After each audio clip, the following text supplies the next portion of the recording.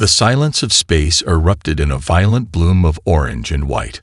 Where the international peace cruise liner Harmony had been moments before, now existed only an expanding cloud of debris and fractured hopes. Captain Elena Rodriguez gripped the console of the near-Earth monitoring station, her dark eyes reflecting the ghostly remnants of the explosion. Confirm kill count. She barked into the communication array, her voice steady despite the horror unfolding before her. The holographic displays flickered, rapidly calculating the casualties. 2,347 lives. Gone in an instant. Families, researchers, diplomats, and tourists from every corner of the globe, reduced to microscopic fragments drifting through the cold vacuum.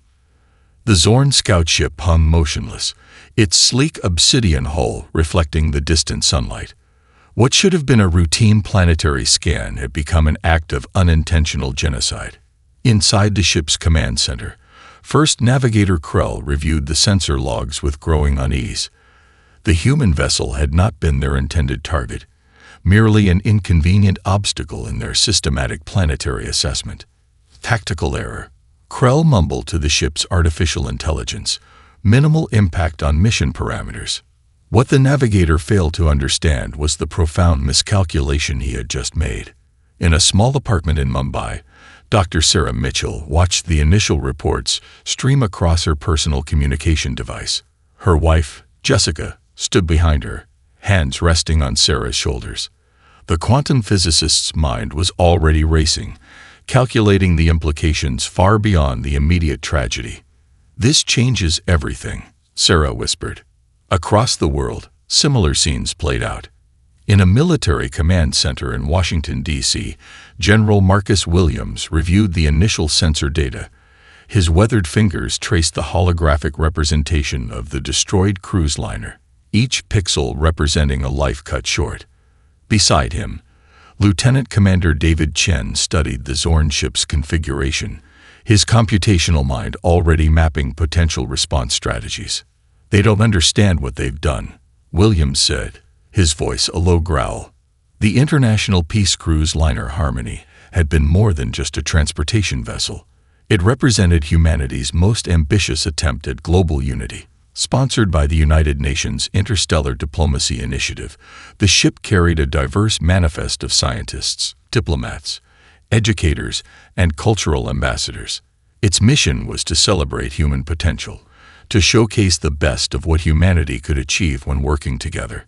Among the victims was Dr. Elena Rosenberg, a climate restoration expert who had developed breakthrough technologies for planetary rehabilitation. Her research promised to solve critical environmental challenges facing multiple developing nations. Next to her was Professor James Queasy, a renowned linguist who had been working on advanced communication protocols for potential extraterrestrial contact. Their deaths were not just a personal tragedy, but a profound loss for human progress. In the first hours following the destruction, something extraordinary began to happen. Social media platforms, typically breeding grounds for division, transformed into spaces of collective mourning and unified resolve. Hashtags commemorating the victims trended globally, but beneath the grief, a more powerful emotion began to simmer, a cold, calculated determination. The Zorn's fatal mistake was not just the destruction of a single vessel. They had struck at the heart of humanity's most fundamental belief, that cooperation and collective progress could overcome any challenge. Within the monitoring station, Captain Rodriguez completed her initial report. Each word was carefully chosen, each sentence a precise instrument of documentation and potential retribution. She knew this moment would be studied for generations. The precise instant when humanity's response to first contact would be determined. "Preliminary assessment complete," she recorded, her voice clinical yet charged with an underlying current of emotion. Total casualties: 2,347 human lives. Perpetrator: unidentified extraterrestrial vessel. Preliminary classification: Zorn scout ship. Recommendation: full investigative and potential retaliatory response. As the report transmitted across global networks, a transformation began. Governments that had been bitter rivals mere hours ago started communication channels. Research facilities that had guarded their most advanced technologies now prepared to share every resource. Military branches from different nations began preliminary integration discussions. The Zorn had intended a simple reconnaissance mission. Instead, they had accidentally united humanity in a way no terrestrial force had ever managed. And they had no idea what was coming. The United Nations Emergency Council chamber fell silent as Ambassador Jack Donovan stepped forward. The holographic display behind him flickered with the ghostly remnants of the destroyed international peace cruise liner Harmony. A memorial and a warning. Delegates from every corner of the globe sat rigidly, the usual undercurrents of diplomatic tension replaced by a shared sense of vulnerability. To Donovan's left, the Chinese representative, Minister Zhang Wei, locked eyes with the American delegation. Decades of geopolitical posturing dissolved in an instant. "Ladies and gentlemen," Donovan began, his voice cutting through the tension like a knife, "we stand at the precipice of our species' most critical moment." The room held its breath. Dr. Rebecca Coleman, the lead global security analyst, activated a comprehensive holographic display. Detailed schematics of the Zorn scout ship rotated slowly, revealing technological capabilities that made most of the assembled delegates pale. Her presentation was clinical, devastating in its precision.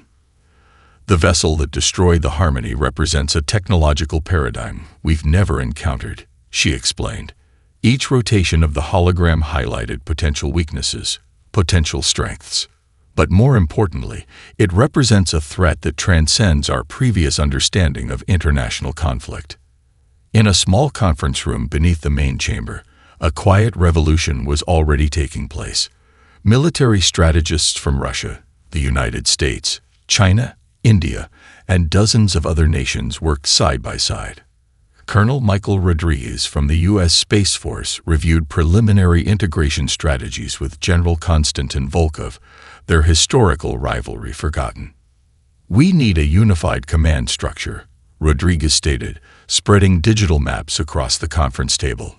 Volkov nodded, tracing potential defensive perimeters with a weathered finger. Across the world, similar scenes unfolded. In Tokyo, a consortium of technological innovators from competing corporations gathered in an emergency summit. Companies that had guarded their research like state secrets now shared every breakthrough, every potential technological advantage. Dr. Sarah Mitchell, the quantum physicist from Mumbai, found herself at the center of a global research initiative. Her work on quantum communication, previously confined to academic journals and limited funding, now became a critical piece of humanity's potential defense strategy. "We're looking at a complete restructuring of global resources," she explained to a team of international researchers. Her wife, Jessica, worked nearby, coordinating communication networks that would support the emerging global defense initiative. The economic transformation was equally unprecedented. Stock markets, typically volatile and driven by individual national interests, began to stabilize. Governments redirected massive economic resources. Military budgets were consolidated. Research funding exploded. Every available resource became part of a singular, unified effort. In Washington, D.C., President Elena Rodriguez addressed the nation. Her speech was broadcast globally, translated in real time by advanced AI systems. "We are no longer defined by our differences," she declared. "We are united by our common humanity, our shared future." The attack on the Harmony was an attack on every single one of us. The words resonated across continents, across cultures. Beneath the surface of this unity, a complex machinery of preparation began to turn. Military bases that had been on standby for decades now went into full activation. Mothballed naval vessels were recommissioned. Experimental weapons systems, previously confined to classified research facilities, were dusted off and rapidly upgraded. Dr. James Chen, a leading expert in advanced propulsion systems, worked alongside former competitors from international space agencies. Their goal: developing a unified space defense and response protocol that could be implemented within weeks, not years. "We're compressing decades of potential development into days," Chen remarked to a colleague, his fingers dancing across holographic interfaces. The psychological transformation was perhaps most remarkable. Social media platforms, typically breeding grounds for division, became spaces of collective strategy and support. Citizens from different nations collaborated on crowdsourced research, shared intelligence, and developed community response strategies. A new global identity was emerging, not defined by national borders, but by a collective human spirit. In the underground research facility in Nevada, teams of engineers, physicists, military strategists, and computational experts worked in unprecedented harmony. The facility, once a symbol of secretive national defense, now represented humanity's collective potential. The Zorn's fatal mistake had done what no diplomatic effort, no global initiative had ever managed. They had united humanity, not just as nations, but as a single cohesive species with a shared destiny. And they were preparing for a response that would reshape the galaxy. The converted underground research facility in Nevada hummed with an energy that defied conventional scientific understanding. Dr. Michael Freeman stood at the center of a revolution that would redefine human technological capabilities. Banks of quantum computers surrounded him, their cooling systems creating a constant, low-level vibration that seemed to pulse with potential. Freeman's team represented the most diverse collection of minds ever assembled. Robotics experts from Tokyo worked alongside AI specialists from Cape Town. Quantum physicists from Cambridge collaborated with materials engineers from Sao Paulo. "We're not just developing technology," Freeman announced to his team. "We're reimagining the fundamental principles of human innovation." The primary objective was clear: develop adaptive combat systems that could outmaneuver and outthink any potential alien threat. Traditional military design had always been reactive. This would be different. They were creating intelligence that could predict, adapt, and evolve in real time. Lieutenant Commander David Chen approached a holographic interface, his fingers dancing across complex mathematical projections. Beside him, Dr. Yuki Nakamura fine-tuned quantum encryption protocols that would make human communication networks virtually impenetrable. "Look at this," Chen said, highlighting a particularly complex algorithmic pattern. "Traditional encryption becomes a simple puzzle compared to what we're developing." The materials science team made equally remarkable breakthroughs. Led by Dr. Elena Rodriguez, they developed a new class of adaptive armor that could change its molecular structure in milliseconds. What began as a solid could become fluid, could absorb energy, could redistribute impact, all within the time it took to blink. In a sealed testing chamber, a prototype armor plate was subjected to increasingly extreme conditions. Laser strikes, kinetic impacts, extreme temperature variations. The material responded like a living organism, constantly shifting, adapting, surviving. "This isn't just protection," Rodriguez explained to her team. "This is a complete reimagining of defensive technology." Across the facility, other teams worked on equally revolutionary projects. Dr. James Kwesi led a communication research group developing translation algorithms that could potentially decode alien languages in real time. Their work went beyond simple translation. They were developing systems that could understand contextual and cultural nuances across potentially incomprehensible communication methods. The spacecraft design team, led by Lieutenant Commander Sarah Mitchell, revolutionized modular ship construction. Their designs allowed vessels to reconfigure mid-flight, changing shape, function, and capabilities in response to battlefield conditions. "We're moving from static design to dynamic intelligence," Mitchell explained during a global research briefing. Her wife, Jessica, managed the communication networks that would support these revolutionary designs. In another section of the facility, a breakthrough in propulsion technology emerged. Dr. Robert Chung and his team developed a quantum entanglement drive that could potentially manipulate spacetime itself. Early simulations suggested faster-than-light travel was no longer a distant dream but an imminent reality. The psychological impact of these developments was equally significant. Social media platforms and news networks broadcast snippets of these technological advances. Humanity watched in real time as their collective potential unfolded. "We're witnessing the most significant technological leap in human history," commented Dr. Rebecca Coleman during a global broadcast, "and we're doing it together."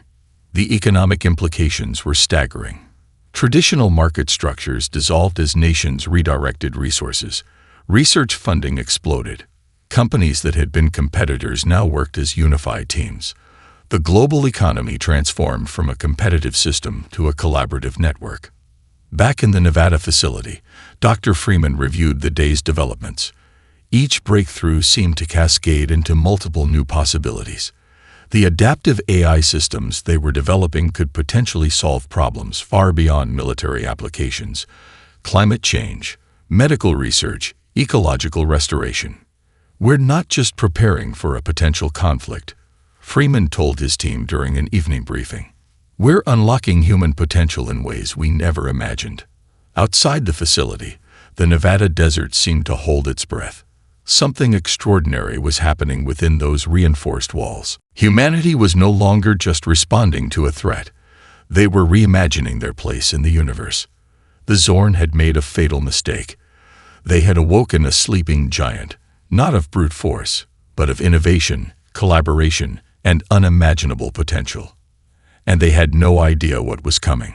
The communication chamber was a marvel of technological precision.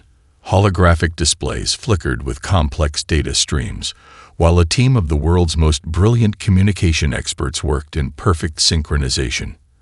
At the center stood Alex Turner, a former Special Forces operative turned diplomatic strategist whose reputation for psychological warfare was legendary.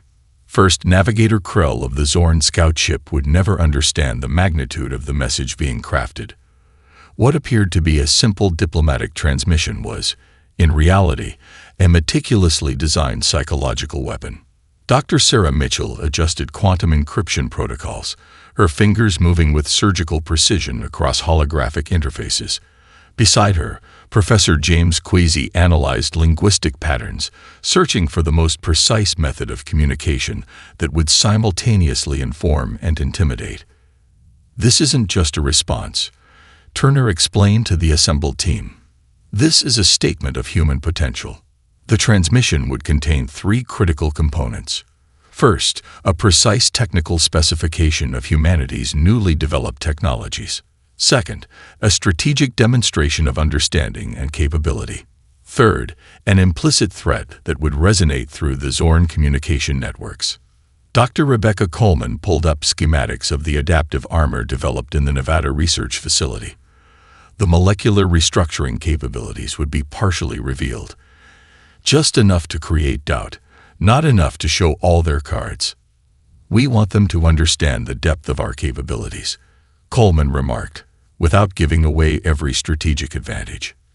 Lieutenant Commander David Chen worked on the communications quantum encryption. The message would be designed to penetrate Zorn communication systems in a way that would be both impossible to ignore and difficult to trace. The linguistic team, led by Professor Queasy, spent days crafting each word. They weren't just translating. They were creating a communication that would challenge the Zorn's fundamental understanding of humanity. "Language is more than words," Queasy explained during a strategy meeting. "It's a reflection of collective consciousness." As the final drafts were prepared, the global monitoring systems tracked the Zorn communication frequencies. Every detail was calculated, every potential response anticipated. Alex Turner reviewed the final draft. The message was succinct, powerful, and laden with multiple layers of meaning. To the Zorn Collective, your unprovoked destruction of the International Peace Cruise liner Harmony represents a critical miscalculation. Enclosed are select specifications of our current technological capabilities. This transmission serves as both documentation and warning. Your assessment of humanity is fundamentally flawed. We are not a species to be cataloged, controlled, or conquered. What followed was a carefully curated set of technical specifications that would send shockwaves through the Zorn communication networks. Partial schematics of quantum communication systems, glimpses of adaptive molecular armor, hints of propulsion technologies that defied current understood physical limitations. The most critical component was what remained unsayed. In communication centers around the world, teams monitored potential Zorn responses. Military strategists, communication experts, and linguistic analysts worked in perfect harmony. Dr. Elena Rodriguez managed the global response coordination. Her team was prepared for multiple scenarios: diplomatic engagement, potential hostile response, or complete communication breakdown. "We're writing a new chapter of human interaction," she told her team. "First contact isn't about submission. It's about establishing our place in the universe." The transmission was more than a message. It was a declaration of human potential. In the Zorn Communication Center, First Navigator Krell received the transmission. The initial scan revealed technological capabilities that contradicted every previous intelligence report about the human species. What the Zorn failed to understand was the true nature of human innovation. This wasn't just a technological demonstration. It was a psychological warfare strategy that would reverberate through their entire collective consciousness. The message hung in the communication networks, a silent challenge that would reshape interstellar understanding. Humanity had just announced its arrival on the galactic stage, and they were not asking for permission. The recruitment center in Colorado Springs resembled nothing like traditional military processing facilities. Holographic assessment stations evaluated potential candidates with a complexity that defied conventional understanding. Millions had applied. Only 500,000 would be selected. Dr. Rebecca Coleman stood beside General Marcus Williams, watching the selection process unfold. Each candidate underwent a comprehensive evaluation that went far beyond physical or intellectual metrics. They were searching for something more: a unique combination of adaptability, psychological resilience, and interdisciplinary potential. "We're not building a military unit," Coleman explained. "We're creating a living, breathing, problem-solving organism." The selection criteria were brutal in their complexity.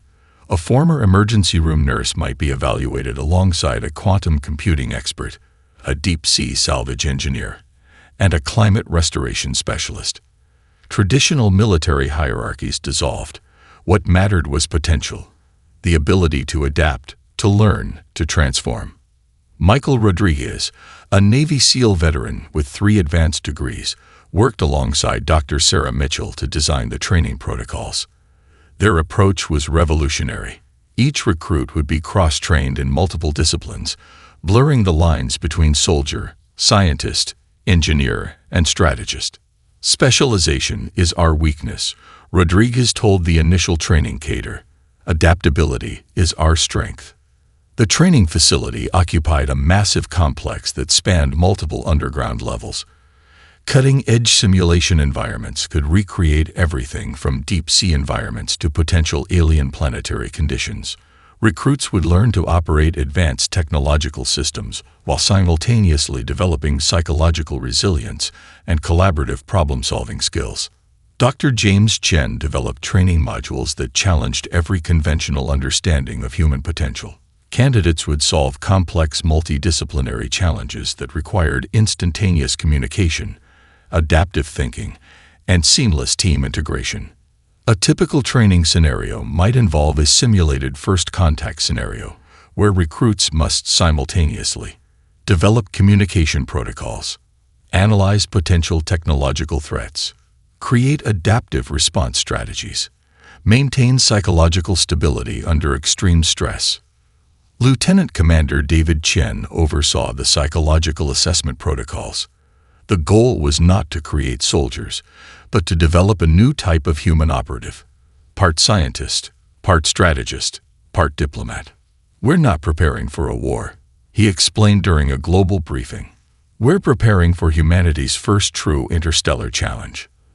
The diversity of the selected 500,000 was itself a strategic weapon. They represented every continent, every major discipline, every potential approach to problem-solving. A marine biologist from Indonesia might work alongside a quantum physicist from Brazil, a cybersecurity expert from Nigeria, and a former international rescue specialist from Canada. Dr. Elena Rodriguez, who managed the Global Recruitment Initiative, understood the true nature of their mission. "We're not just selecting individuals," she told her team. "We're creating a living network of human potential." Advanced neural interface technologies allowed for unprecedented levels of team coordination. Recruits could share information, emotional states, and problem-solving approaches at speeds that defied traditional communication limitations. The first training exercises revealed capabilities that exceeded even the most optimistic projections. Teams could solve complex multidisciplinary challenges in minutes that would have taken traditional organizations months or years. General Marcus Williams watched a simulation where a team comprised of a medical researcher, a spacecraft engineer, a linguistic expert, and a former Special Forces operator solved a first contact scenario with a level of nuance and creativity that was breathtaking. "This isn't a military unit," he remarked to Dr. Coleman. "This is humanity's first true evolutionary leap." As the training intensified, the 500,000 began to understand their true purpose. They were not just a defensive force.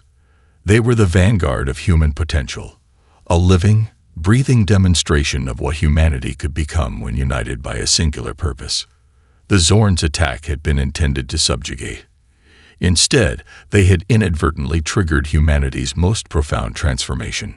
500,000 individuals, infinite potential, one unified purpose.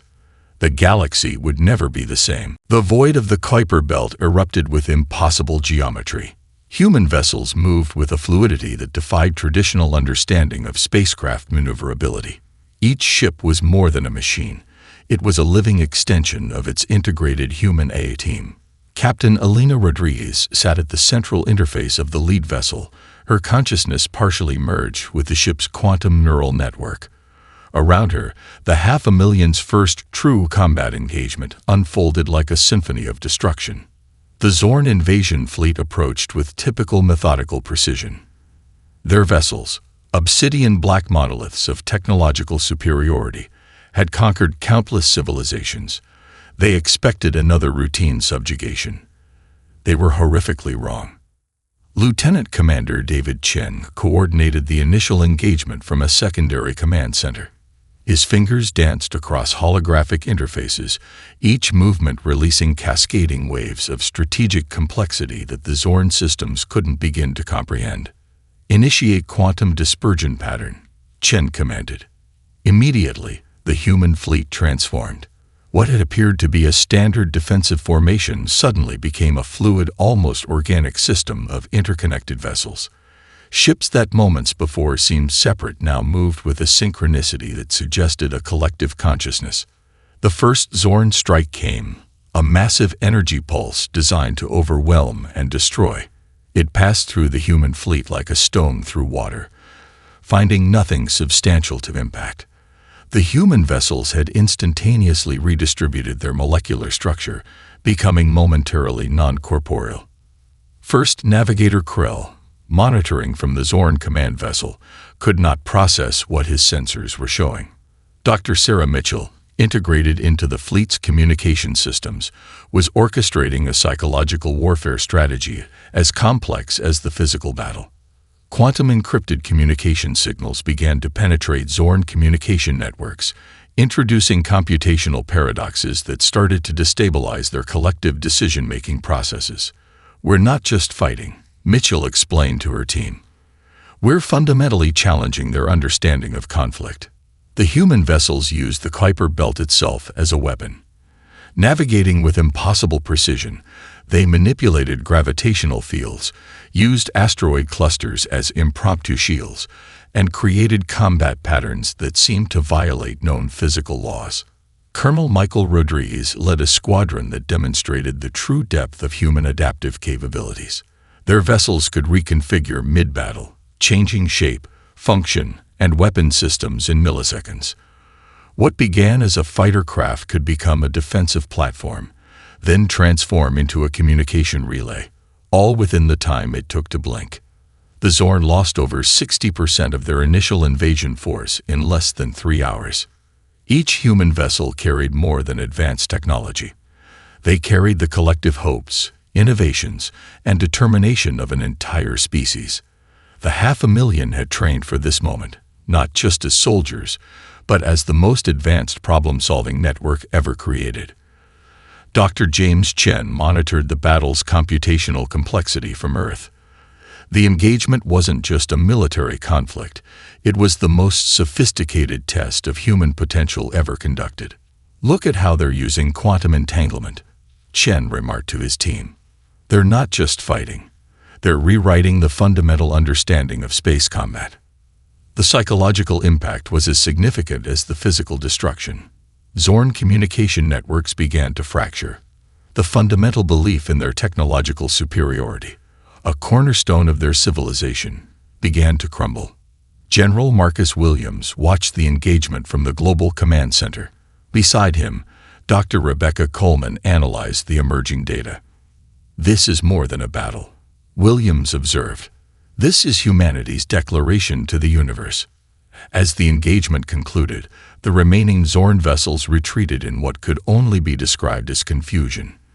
They had approached expecting a simple conquest. Instead, they had encountered a form of warfare that challenged every fundamental understanding of conflict. The Kuiper Belt, once a silent frontier of our solar system, became a testament to human potential. A graveyard of alien technological arrogance.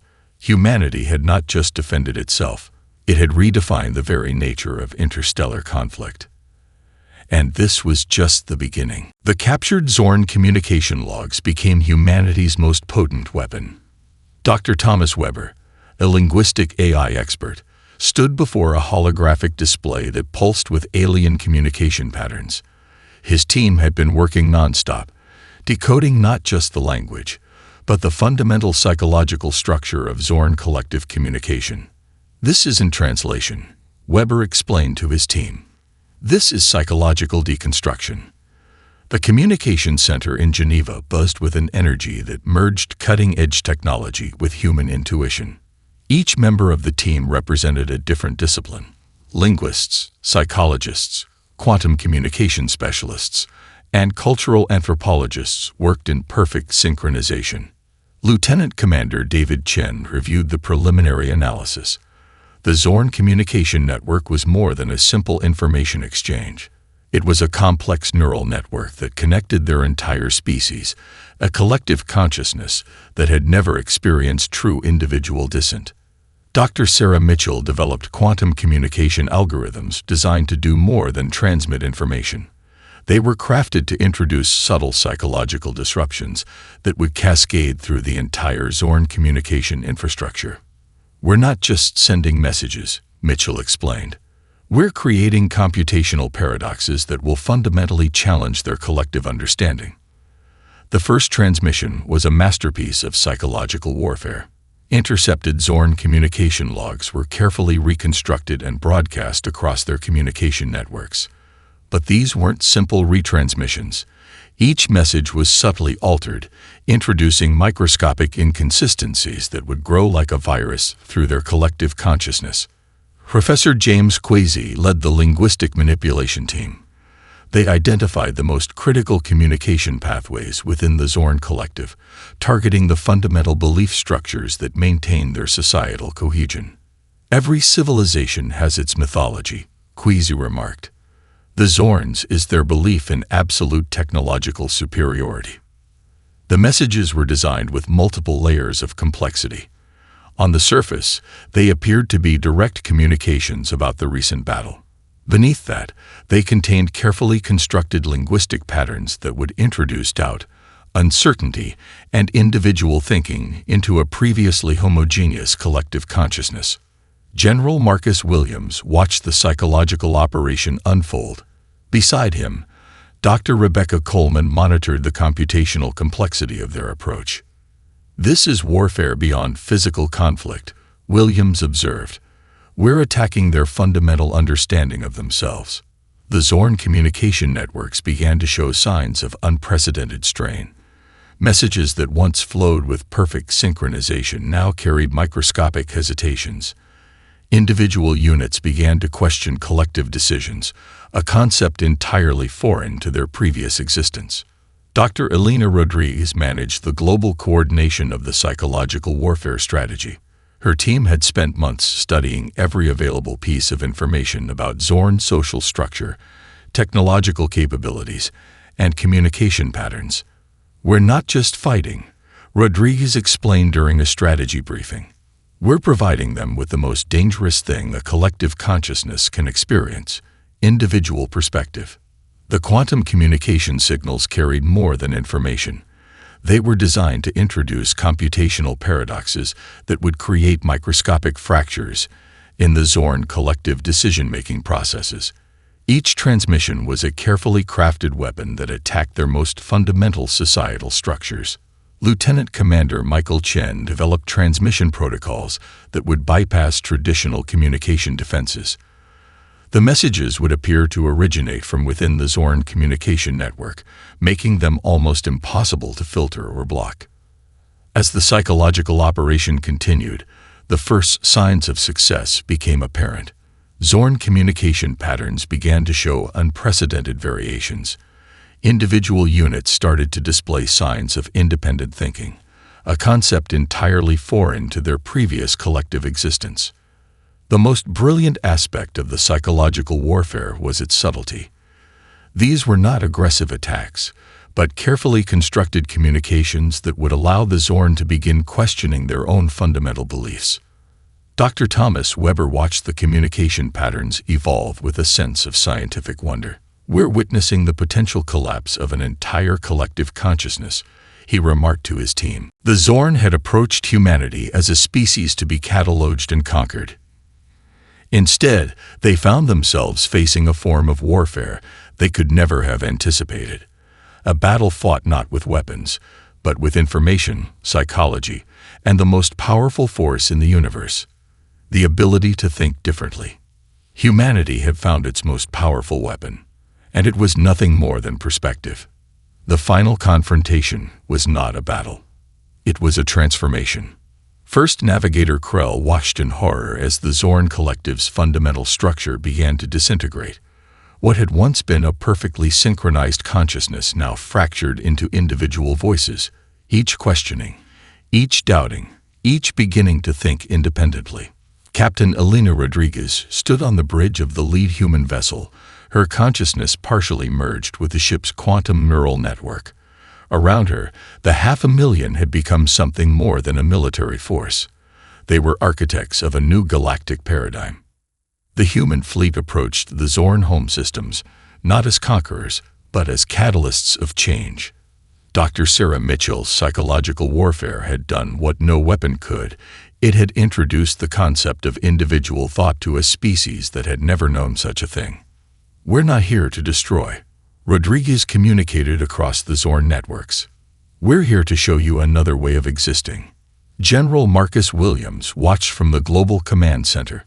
Beside him, Dr. Rebecca Coleman analyzed the unprecedented transformation unfolding across light years. "This is more than first contact," Williams observed.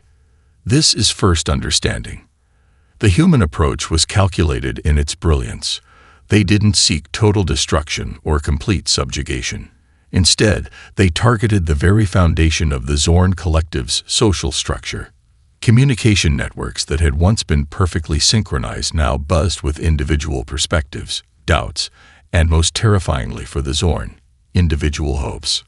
Dr. James Chen monitored the computational complexity of the collective's breakdown. Each communication pathway became a potential point of individual awakening. The Zorn were experiencing something unprecedented: the birth of individual consciousness. Lieutenant Commander David Chen coordinated the final phase of the engagement. Their strategy was not about military victory, but about fundamental transformation. Quantum communication signals carried not just information, but the radical concept of individual potential. "We're offering them a choice," Chen explained to his team. "Not submission, not destruction. Evolution." The 500,000 had become more than a military force. They were diplomats, scientists, problem solvers, and ultimately, agents of change. Each member carried the collective potential of human innovation, the ability to see beyond immediate conflict to potential cooperation. Professor James Queasy led the communication efforts. His team crafted messages that introduced the most dangerous concept to a collective consciousness, the value of individual perspective. Every message is an invitation, Queasy explained. An invitation to think differently. The Zorn home systems began to show unprecedented variations. Communication patterns that had once been perfectly synchronized now carried individual nuances. Ships that had moved with collective precision now displayed subtle differences, the first signs of individual decision-making. Dr. Elena Rodriguez managed the global coordination of this unprecedented engagement. Her team had spent months understanding the Zorn's social structure, preparing for a confrontation that was more about communication than combat. "We're not conquering," Rodriguez emphasized during the final strategy briefing. "We're offering a different way of existing." The human fleet moved with impossible grace through the Zorn systems. Each vessel was more than a weapon. It was a communication device, a potential bridge between two fundamentally different ways of understanding existence. First Navigator Krell experienced something unprecedented, individual doubt. For the first time in the Zorn collective's history, he began to question the fundamental structures that had defined their entire civilization.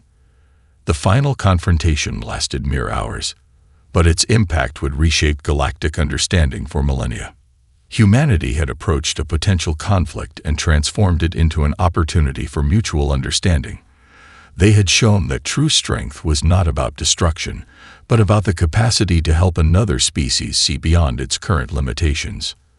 As the engagement concluded, the Zorn systems were fundamentally changed, not destroyed, not conquered, transformed. 500,000 had done more than defend humanity. They had offered the Zorn a radical new way of existing, one built on individual potential, collective cooperation, and the most powerful force in the universe, the ability to choose. And this was just the beginning.